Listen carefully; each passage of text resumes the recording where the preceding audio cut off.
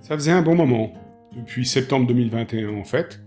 après notre rencontre sur la voie du Puy, entre Cahors et Saint-Jean-Pied-de-Port, que nous nous étions promis, mon ami Bernard et moi, de faire ensemble le Camino del Norte, depuis Hendaye jusqu'à Saint-Jacques-de-Compostelle, Santiago pour les Espagnols.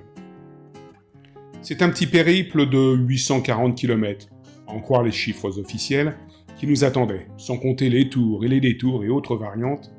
qui nous ont fait dépasser, de très peu, les 900 km, d'après nos relevés GPS une fois arrivés à destination.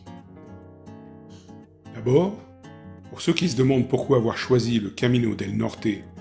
plutôt que le très populaire Camino Frances, il est peut-être utile de préciser que sur les pratiquement 500 000 marcheurs arrivés à Santiago en 2024, le Camino Frances a drainé pratiquement 50% du flux de pèlerins, alors que le Camino del Norte n'en a représenté qu'environ 0,6% de la totalité. N'appréciant pas particulièrement l'ambiance des transhumances de masse,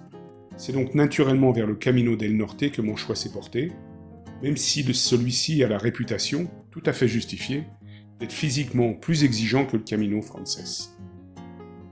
Pour des raisons de praticité, je vais fractionner mon récit en 4 parties,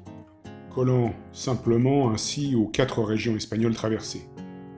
Le Pays Basque, la Cantabrie, les Asturies,